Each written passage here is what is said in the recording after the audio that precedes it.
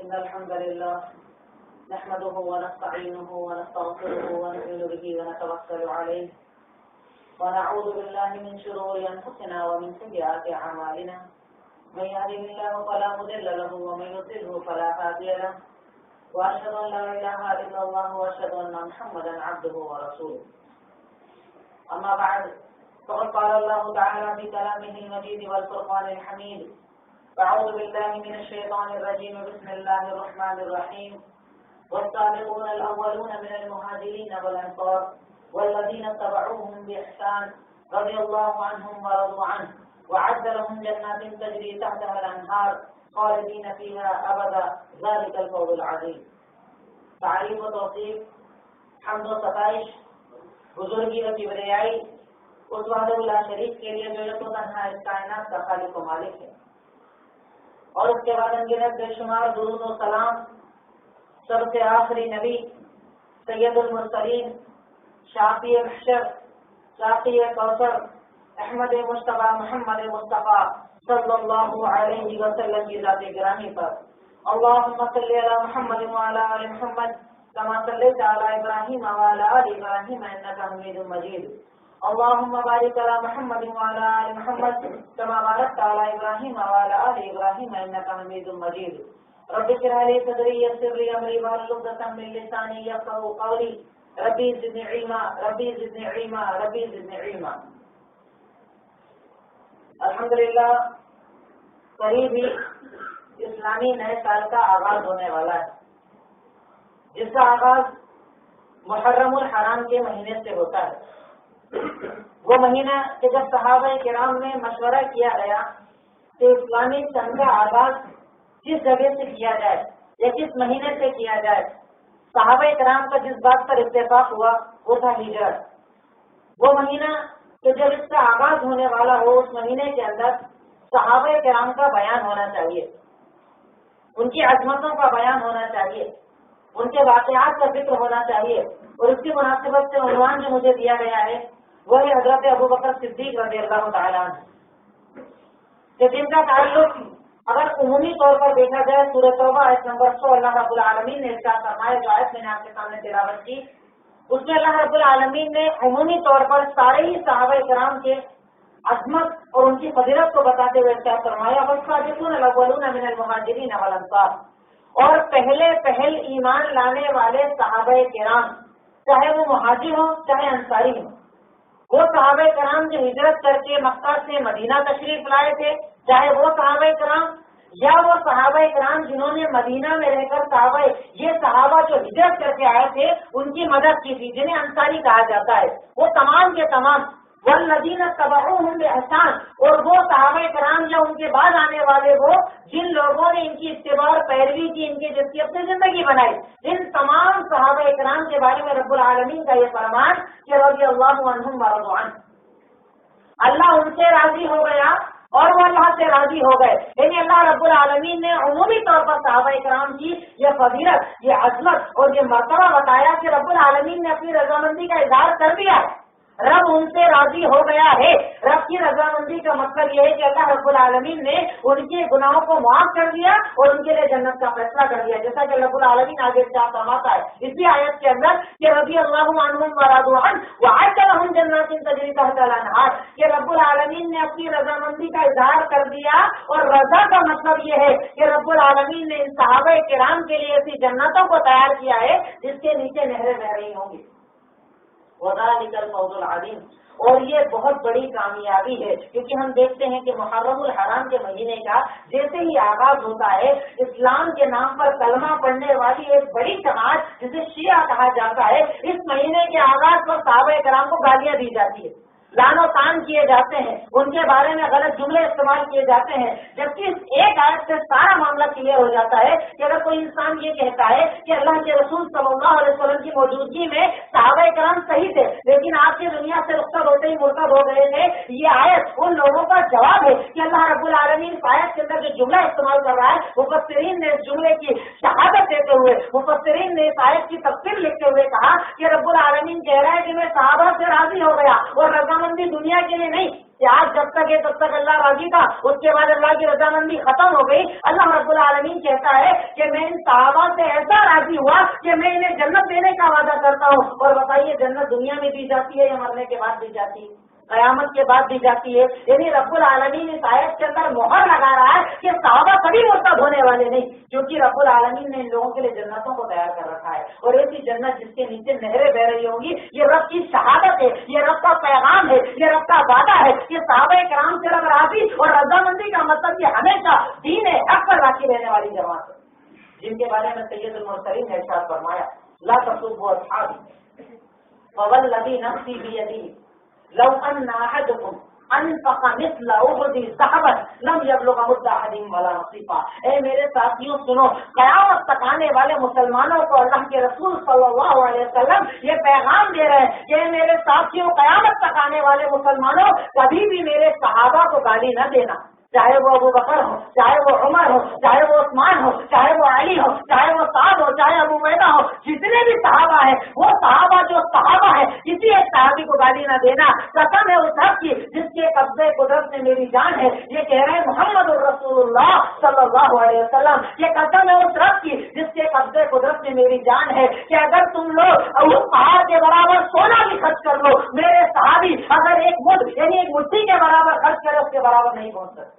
اس پہاڑ جن لوگوں نے حج اور عمرہ کیا دیکھا ہوگا، یہ کسی ایک پہاڑ کا نام نہیں ہے، احد کہا جاتا ہے پہاڑی سلسلے کو، کئی پہاڑوں سے مل کر یہ پہاڑ بنائے، کہا کہ وہ سارے پہاڑوں کے برابر اگر تم میں سے قیامت تک آنے والا انسان صدقہ کرے، خیرات کرے، سونا خرچ کر دے اس پہاڑ کے برابر، تب بھی میرے صحابہ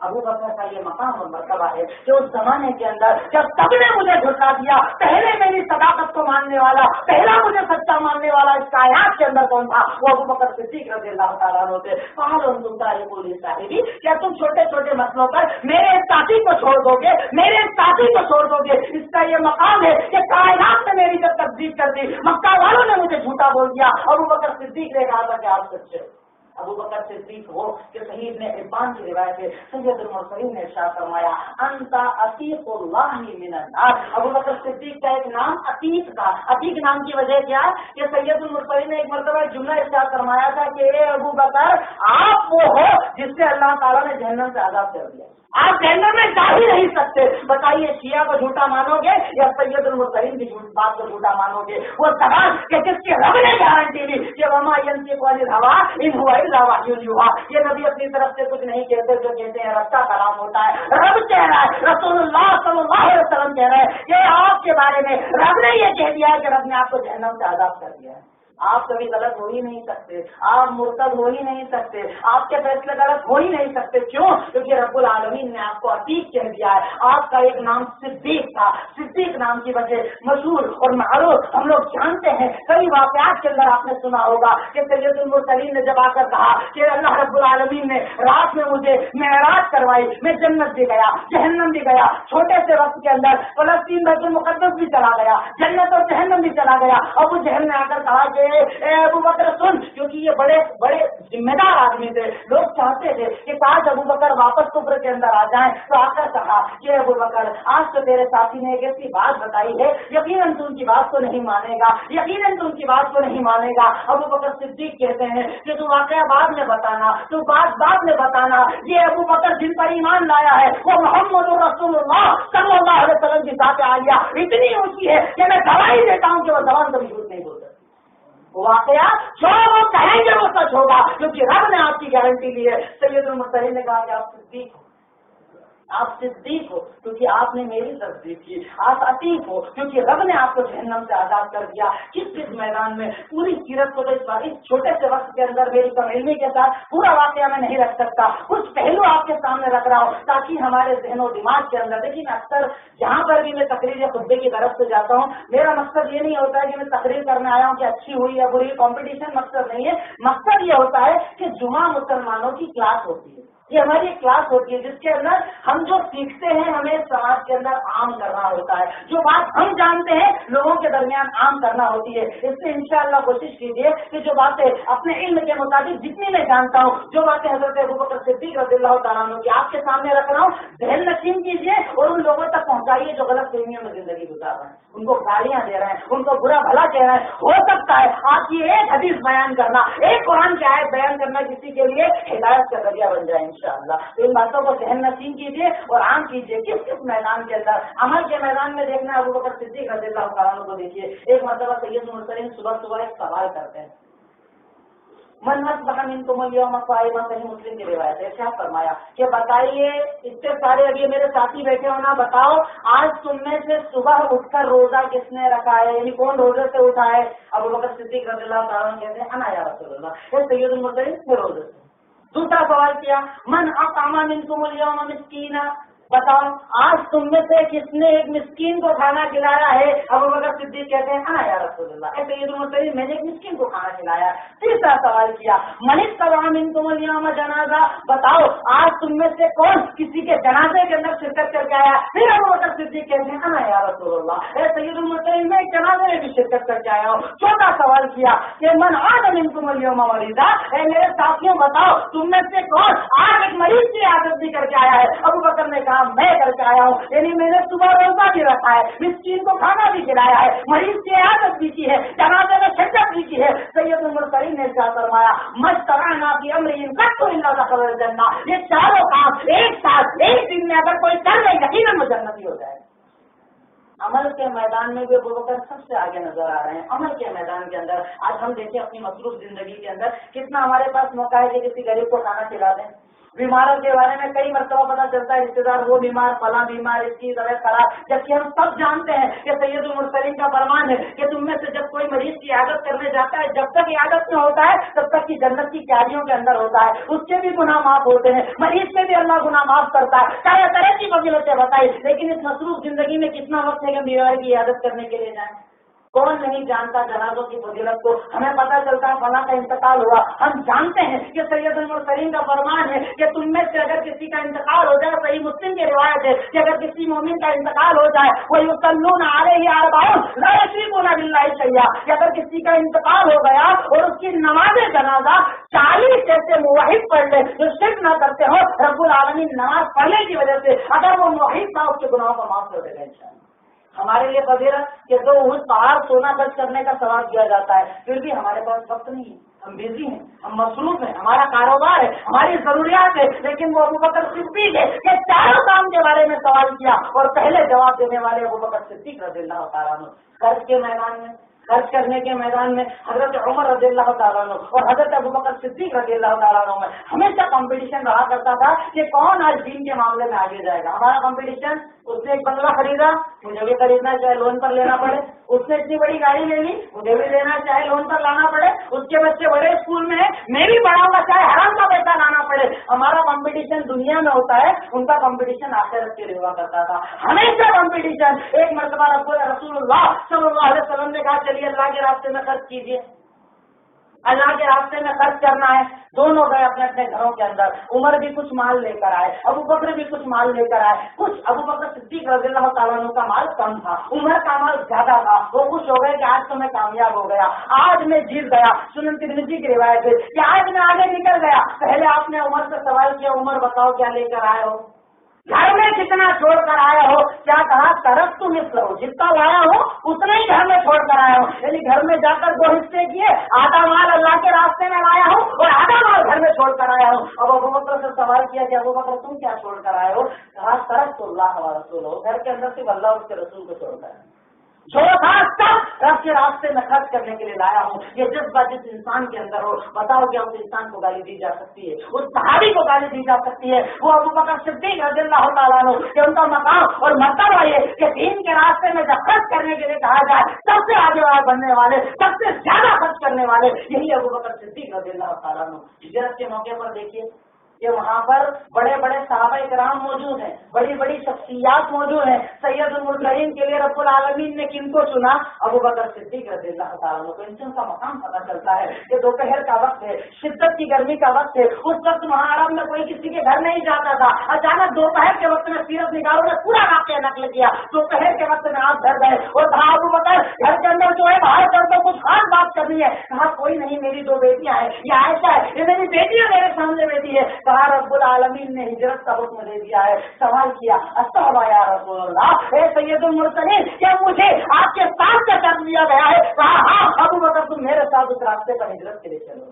بتائیے رب العالمین کے سید المرسلین کے دوست بنانے کے لیے، خاص بنانے کے لیے، سسر بنانے کے لیے، ہجرت کے سفر میں ساتھ دینے کے لیے اس انسان کو چنے گا جو بعد میں مرتد ہونے والے ہیں، غضب کرنے والے ہیں، قبضہ کرنے والے ہیں، وہ ابو بکر صدیق رضی اللہ تعالیٰ عنہ، جنہوں نے اس انداز کو جان کر پہلے سے تیاری کر رکھی تھی، وہ اونٹوں کو تیار کر رکھا تھا اور اس راستے کے اندر کئی واقعات ہوئے۔ ایک واقعہ جو مشہور ہے سنن ابن حبان کے اندر بھی ہے، کچھ علماء نے اس کو ضعیف بھی کہا لیکن وہ درجے کی تک کی روایت ہے کہ جب سفر کا آغاز ہوا ابو بکر صدیق رضی اللہ تعالیٰ عنہ اور محمد رسول اللہ صلی اللہ علیہ وسلم جب سفر کے لیے نکلے، کبھی ابو بکر آگے آ جاتے، کبھی پیچھے چلے جاتے، کبھی دائیں آ جاتے، کبھی بائیں آ جاتے۔ سید المرسلین نے سوال کیا کیا مسئلہ ہے؟ کبھی پیچھے چلے جاتے ہو، کبھی آگے آ جاتے ہو، کبھی سائڈ میں چلے جاتے ہو، کیا پریشانی ہے؟ ابو بکر صدیق رضی اللہ تعالیٰ نے کہا کہ سید المرسلین ہم سفر پر نکلے ہیں، دشمن ہمارے پیچھے ہے، اگر مجھے یہ لگتا ہے کہ آگے سے کوئی تیر آپ کو نہ مار دے، میں آگے آ کر کھڑا ہو جاتا ہوں تاکہ وہ تیر مجھے لگ جائے۔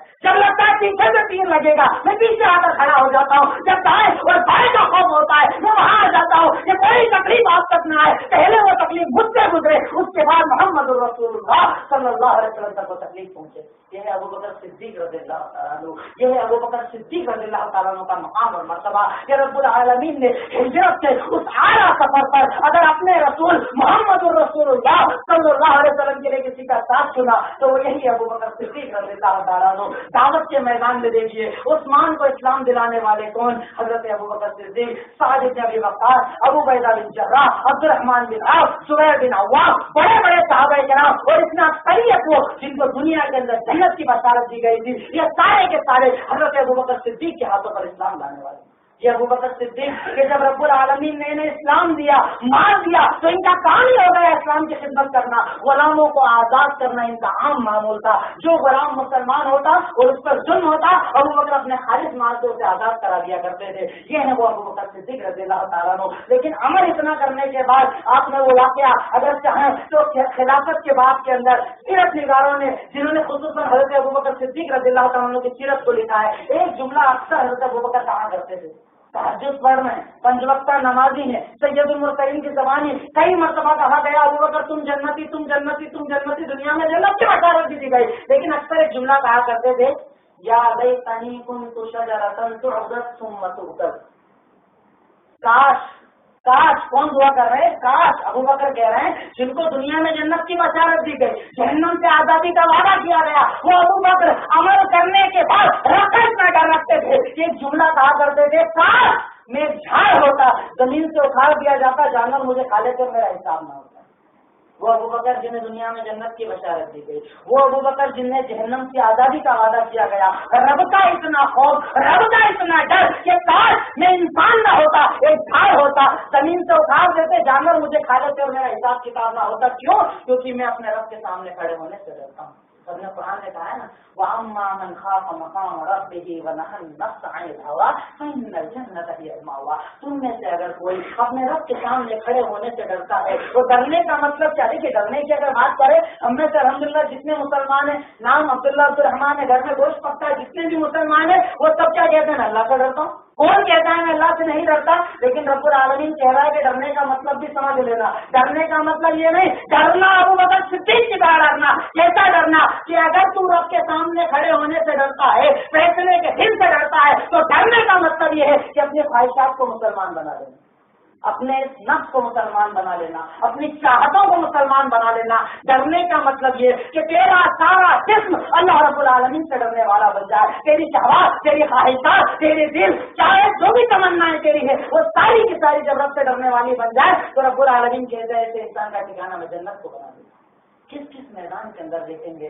مرض کے موقع کو دیکھ لیجیے، سید المرسلین بیماری کی حالت میں ہے، مرض الموت کے اندر ہے، اب آپ کا بس انتقال دنیا سے ہونے ہی والا ہے، آپ کی وفات ہونے والی ہے. اس زمانے کے اندر جب نماز پڑھانے کی طاقت نہ تھی، صحیح بخاری کتاب المناقب کے اندر رسول اللہ صلی اللہ علیہ وسلم نے مائی عائشہ صدیقہ رضی اللہ تعالیٰ عنہ کو حکم دیا، مروا ابا بکر ان یصلی بالناس.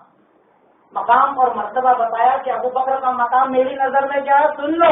اے عائشہ، جاؤ صحابہ کو کہو کہ وہ ابو بکر صدیق کی امامت کے اندر نماز پڑھیں گے. یعنی آپ میرے مقام پر اگر کوئی کھڑا ہو سکتا ہے تو کون؟ ابو بکر صدیق رضی اللہ تعالیٰ.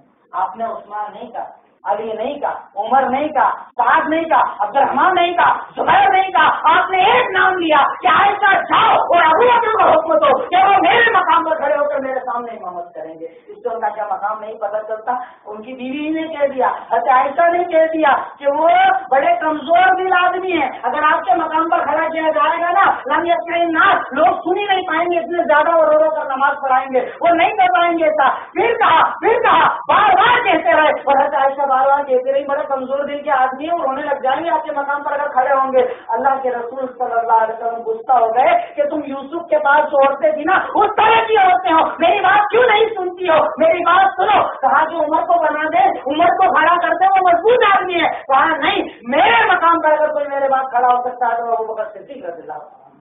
وفات کے موقع کو دیکھ لیجیے، آپ کی وفات ہو گئی، صحابہ کرام پریشانی کے عالم میں، ٹینشن کے اندر ہے. عمر تلوار لے کر کھڑے ہیں کہ اگر کوئی کہے گا کہ محمد صلی اللہ علیہ وسلم کی وفات ہو گئی میں اس کی گردن اتار دوں گا. حضرت ابوبکر صدیق کہیں باہر سے گھر میں جب تشریف لائے، مسجد نبی کے اندر دیکھا یہ سارا واقعہ چل رہا ہے، کمرے کے اندر گئے، حجرے کے اندر گئے، اللہ کے رسول صلی اللہ علیہ وسلم کو جب دیکھا، آپ کا چہرہ دیکھا، کہا کہ میں نے اس خاندان کے چہرے کو دیکھا ہے، انتقال کے بعد یہ چہرہ ایسے ہی ہوتا ہے، مطلب آپ کی وفات ہو چکی ہے. آپ کے سر کو چوما، مسجد کے اندر آئے، منبر پر کھڑے ہوئے اور جملہ ارشاد فرمایا. ان کی اس سے استقامت پتہ چلتی ہے، ان کا ایمان پتہ چلتا ہے، ان کا مقام اور مرتبہ پتہ چلتا ہے کہ ابو بکر صدیق منبر پر کھڑے ہو کر ایک جملہ کہتے ہیں، من کان یعبد محمدا فإن محمدا قد مات، صحیح بخاری کی روایت ہے کہ تم میں سے جو لوگ ابو بکر صدیق، تم میں سے جو لوگ محمد صلی اللہ علیہ وسلم کی عبادت کرتے تھے وہ جان لے کہ ان کا انتقال ہو چکا ہے، یعنی جو اگر تم ان کو رب مانتے تھے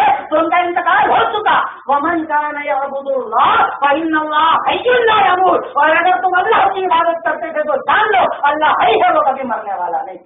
حضرت عمر نے جیسے یہ جملہ سنا ان کے ہاتھ سے تلوار گر گئی، اس کے بعد آپ نے وہ آیت پڑھی وما محمد الا رسول قد خلت من قبلہ الرسول افإن مات اور قتل انقلبتم علی اعقابکم، محمد نہیں ہے مگر ایک رسول، مگر ایک نبی، اگر ان کا انتقال ہو جائے، اگر ان کی وفات ہو جائے، کیا تم دین سے پھر جاؤ گے؟ اگر تم سارے بھی دین سے پھر جاؤ تو اللہ کو کوئی فرق پڑنے والا نہیں۔ یعنی اس وفات کے وقت میں بھی صبر کرنے والے، استقامت دکھانے والے کون؟ ابو بکر صدیق رضی اللہ تعالیٰ عنہ۔ اور آج کے بعد جب خلافت کے مسئلے پر اختلاف ہو گیا خلیفہ کون بنایا جائے گا، ابھی آپ کو دفن بھی نہیں کیا گیا، تقریبا بنی ساعدہ کے اندر اختلاف شروع ہو گیا، خلیفہ کون؟ منا امیر و منتم امیر، اور کہتے ہم میں سے، حضرت کہتے ہم میں سے۔ جب اختلاف ہونے لگا عمر اور ابو بکر صدیق رضی اللہ تعالیٰ عنہ کو خبر دی گئی، وہاں پہنچے، عمر نے ایک جملہ کہا، اے میرے ساتھیوں بتاؤ ایکم خطیب نفسہ، ایک لوگوں بتاؤ تم میں سے کیا کوئی ایسا ساتھی ہے کہ ابو بکر کی موجودگی میں امام بنا دیا جائے، خلیفہ بنا دیا جائے؟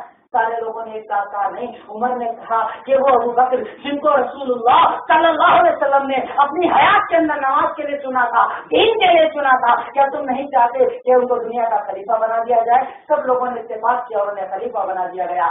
آج یہ لعنتی شیعہ کہتا ہے کہ خلیفہ وہ نہیں تھے، خلافت کا حق علی تھا، ان لوگوں نے حق چھین لیا۔ کہاں گئے وہ صحابہ کرام جو سارے کے سارے بیعت کرتے ہیں اور ان میں خود حضرت علی رضی اللہ تعالیٰ عنہ بھی بیعت کرتے ہیں اور کہتے ہیں کہ آپ کے بعد اگر کوئی خلیفہ بنائے جائیں گے تو ابو بکر صدیق رضی اللہ تعالیٰ عنہ بنائے جائیں گے۔ خلیفہ بن تو گئے، خلافت دے دی گئی، اسی وقت یہ خطبہ دیا گیا کہ لوگوں سنو، تم لوگوں نے مجھے چنا ہے، مجھے چنا ہے، ان حسنت فاعینونی وان اسأت فقومونی الضعیف فیکم القوی اتاخذ منه الحق انشاءاللہ۔ اے لوگوں سنو، تم نے مجھے خلیفہ بنا دیا ہے، اگر صحیح پر رہوں میری مدد کرنا، غلط ہو جاؤں مجھے سیدھا کر دینا۔ تم میں سے سب سے کمزور جو ہے میرے لیے وہ سب سے زیادہ اہم ہے، یہاں تک کہ میں اسے سارے حق دلا دوں۔ تم میں جو بڑا مضبوط ہے نا وہ میرے لیے سب سے ضعیف ہے، اگر وہ کسی کا حق چھینے گا میں اسے سیدھا کر کے رکھ دوں گا۔ اطیعونی، تم میری اطاعت تب تک کرنا جب تک کہ اللہ اور اس کے رسول کی میں اطاعت کروں، اگر میں ان کی نافرمانی کروں تو تم میری اطاعت مت کرنا۔ بتاؤ کہ ایسا خطبہ دینے والا ابو بکر صدیق رضی اللہ تعالیٰ عنہ کے سوا کوئی اور نہیں؟ یہ ان کا مقام اور مرتبہ ہے کہ خلافت دیے جانے کے بعد بھی ایک جملہ کہہ رہے ہیں کہ تم لوگ میری بات کب تک ماننا؟ جب تک کہ میں اللہ اور اس کے رسول کے اطاعت اور فرما برداری کروں، اگر میں ان کے خلاف چلوں تم میری اطاعت کو چھوڑ دینا۔ یہی وہ ابو بکر ہیں کہ جب ان کی خلافت کا آغاز ہوا کچھ لوگوں نے زکات کا انکار کر دیا، ابو بکر صدیق نے ان کے خلاف جہاد کیا۔ یہی وہ ابو بکر ہیں کہ مسلمہ کذاب کا جنہوں نے ختم کرنے کے لیے لشکر کو روانہ کیا، نبوت کے دعوے کرنے والے جب کچھ لوگ پیدا ہو گئے ان لوگوں کا خاتمہ کروایا۔ یہی ابو بکر صدیق ہے کہ جن کے دور کے اندر صرف 2 سالہ دور کے اندر سن 10 ہجری کے بعد سن 11 ہجری سے لے کر سن 13 ہجری تک ان کے 2 سالہ خلافت کے دور کے اندر قرآن کو جمع کیا گیا۔ بڑے بڑے واقعات ان کی خلافت کے اندر ہوئے۔ آج لوگ جب انہیں گالی دیں، اللہ کے لیے میرے بھائیوں ان حدیث اور قرآن کی آیتوں کو سامنے رکھتے ہوئے لوگوں کو یہ بتائیے کہ ان کا مقام رب العالمین کی نظر میں کیا تھا۔ ارے رب نے ان سے جنت کا وعدہ کیا ہے، جنت جو قیامت کے بعد ملنے والی ہے، یعنی رب نے یہ مہر لگا دی کہ ابو بکر پھر نہیں سکتے، عمر پھر نہیں سکتے، عثمان پھر نہیں سکتے۔ ارے یہ تو وہ لوگ ہیں، ہماری ماں بہنوں اور بھائیوں کی ذمہ داری ہے۔ ہمارے ذکر میں اکثر مجھے کوئی بھی عنوان دیا جائے میں کوشش کرتا ہوں کہ آخر میں ایک بات دعوت کے سلسلے میں ضرور ہو۔ آج ہمارے ساتھ یہ مسائل کیوں ہیں؟ کیونکہ ہمارے جو باپ ہیں ان کے پاس فرصت نہیں کہ بچوں کو ابو بکر کی سیرت بتائیں، عمر کی سیرت بتائیں، عثمان کی سیرت بتائیں۔ ہمارا بچہ آج کسی بھی گھر کا، بڑے گھر کا، چھوٹے گھر کا بچہ آپ اس سے سوال کریں 10 ہیرو کے نام بتاؤ، فٹافٹ نام بتا دے گا۔ بولو 5 صحابہ کے نام بتاؤ، اس سے پتہ نہیں ہوتے۔ ہم باپ ہیں، باپ کی ذمہ داری کیا ہے؟ ماں ہے، ماں کی ذمہ داری کیا ہے؟ باپ جب گھر کے اندر آتا ہے آپ سے سوال کرتا ہے کھانا کھا لیا؟ کھا لیا۔ بچوں نے کھانا کھا لیا؟ کھا لیا۔ اسکول گئے تھے؟ گئے تھے۔ ٹیوشن گئے تھے؟ گئے تھے۔ بخار تو صحیح ہو گیا؟ ہو گیا۔ کیا اس درمیان میں ایک سوال ہوتا ہے تم نے قرآن کتنا پڑھا؟ میرے 12 سال 10 سال کے اوپر یہ بچوں نے نماز پڑھی کہ نہیں پڑھی؟ کیا آج تم ان کو لے کر بیٹھی تھی اور سیرت سنائی تھی؟ کیا تم نے آج ان کو قرآن سنایا تھا؟ یہ آپ کی ذمہ داری ہے. ساری مصروفیت، سارا بزی رہنا، یہ سب بڑا کا بڑا رہ جائے گا جب قیامت کے دن تم کھڑے ہوگے. الا کلکم مسئول وکلکم مسئول عن رعیتہ. تم میں سے ہر ایک نگہبان ہے اور ہر ایک سے رب العالمین اس کی رعیت کے بارے میں سوال کرے گا. تجھ سے، تیری اولاد کے بارے میں، تیری بیوی اور تیرے بچوں کے بارے میں سوال کیا جائے گا. اگر تو ماں ہے تجھ سے تیری اولاد کے بارے میں سوال کیا جائے گا. اکثر میں کہتا ہوں کہ بھائیوں، صرف اللہ کی ایک نعمت کا آپ شکریہ ادا نہیں کر سکتے کہ اللہ نے آپ کو مسلمان بنایا. یہ ایک نعمت اللہ رب العالمین کی اتنی بڑی نعمت ہے. اگر اس نعمت کو جاننا چاہتے ہو، سوال کرو ان لوگوں سے جو اسلام میں بات نہ. خود نفسی بات کرو. میرے والد صاحب جین مذہب میں تھے. جب میری پیدائش ہوئی جین مذہب کے اوپر. خود میرا نام امیت کمار جین تھا. ہم لوگوں نے، ہمارے والد صاحب کو جب ایک آدمی آیا، ہم لوگ وقت نہیں نکالتے. میں آپ کو صرف مثال دے کر اپنی بات ختم کروں گا کہ آج ہماری ذمہ داری کتنی بڑی ہے کہ دعوت و تبلیغ کا کام ہمیں کرنا چاہیے. ہمارے والد صاحب پھیرا لگایا کرتے تھے.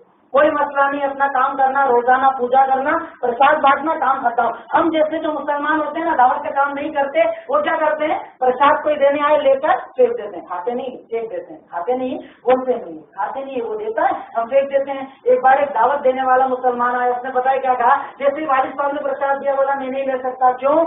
میں ایک اللہ کے سوا کسی اور کے نام کا نہیں کھاتا. بولا میں بھی ایک مہاویر کا کھاتا ہوں. کہا تیرے مہاویر اور ان جیسے دنیا کے اندر جتنے بھی آئے وہ سب انسان تھے، اور میں جس کی عبادت کرتا ہوں وہ اللہ ہے. وہ دنیا کا، آسمان اور زمین کا بنانے والا ہے. ان کا دماغ خراب. تقریباً 1.5 سال تک اسلام، قرآن، حدیث ساری چیزیں پڑھی اور اس کا اسلام قبول کر لیا. اب آج بتائیے، میرے والد نے اسلام قبول کیا. میں اگر دین کا کام کر رہا ہوں، میری وجہ سے کوئی ہدایت پر آ رہا ہے، ان تمام کا ثواب کس کو ملے گا؟ انشاءاللہ ہمارے ساتھ ساتھ اس آدمی کو جس نے ہمیں ہدایت کا راستہ دکھایا تھا، اس نے جس نے ہمیں دین کا راستہ دکھایا تھا. بتائیے کہ ہم لوگوں نے اپنی ذمہ داری کو پورا کیا؟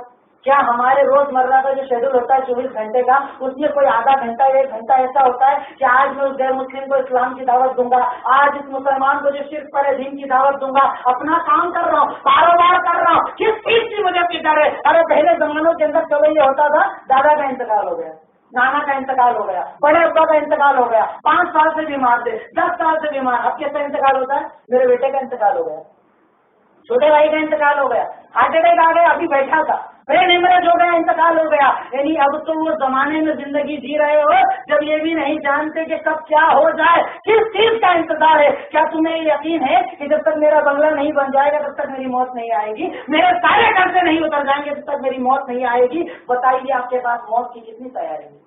رب کے سامنے کھڑے ہونے کی کتنی تیاری ہے؟ کتنے لوگوں تک آپ نے دین پہنچایا ہے؟ یاد رکھو، سورہ بقرہ کو اٹھا کر دیکھ لو، 5واں پیج کھولنا. ابتدا کے اندر رب نے جملہ کہا ہے، یا بنی اسرائیل اذکروا نعمتی التی انعمت علیکم وانی فضلتکم علی العالمین. رب نے کیا کہا؟ اے بنی اسرائیل، اے یہود اور نصارا، میری نعمتوں کو یاد کرو جو میں نے تم پر کی. اور سب سے بڑی نعمت یہ کہ میں نے تمہیں کیا کر دیا؟ اس کائنات میں سب سے افضل بنا دیا. کس کو بنایا تھا افضل؟ یہود اور نصارا کو. ہم کو رب نے کیا کہا؟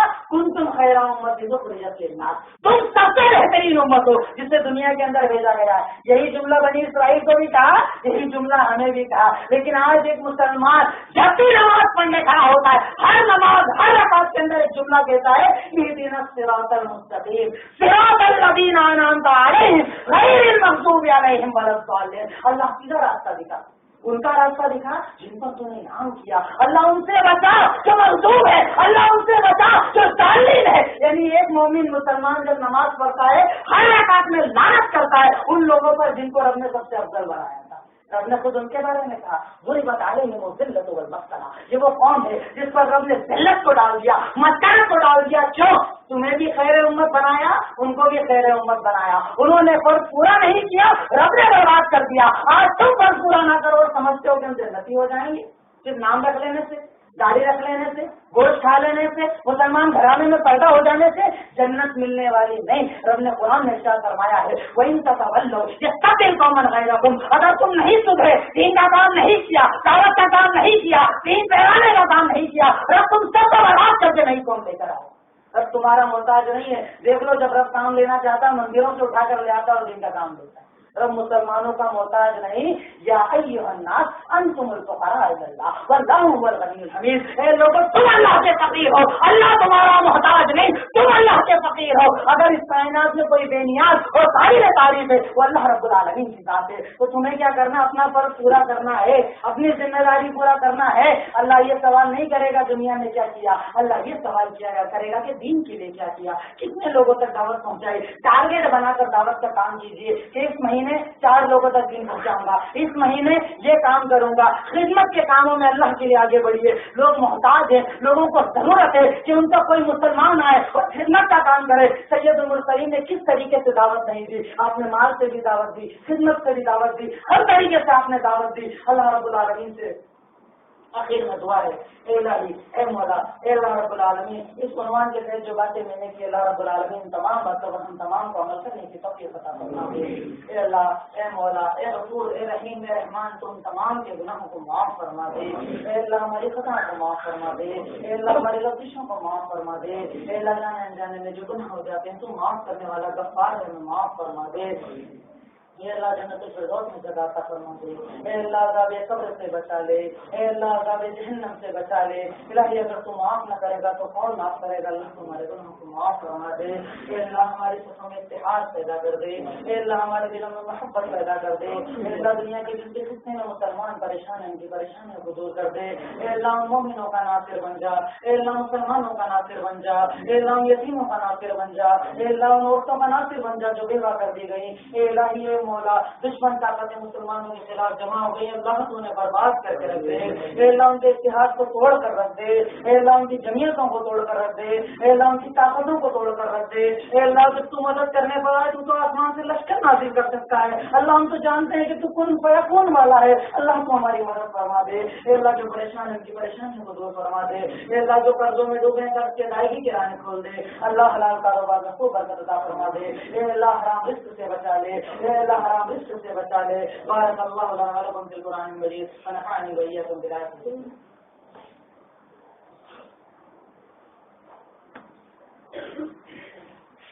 إن الحمد لله نحمده ونستعينه ونستغفره ونؤمن به ونتوكل عليه ونعوذ بالله من شرور أنفسنا ومن سيئات أعمالنا من يهده الله فلا مضل له ومن يضلل فلا هادي له وأشهد أن لا إله إلا الله وأشهد أن محمدا عبده ورسوله.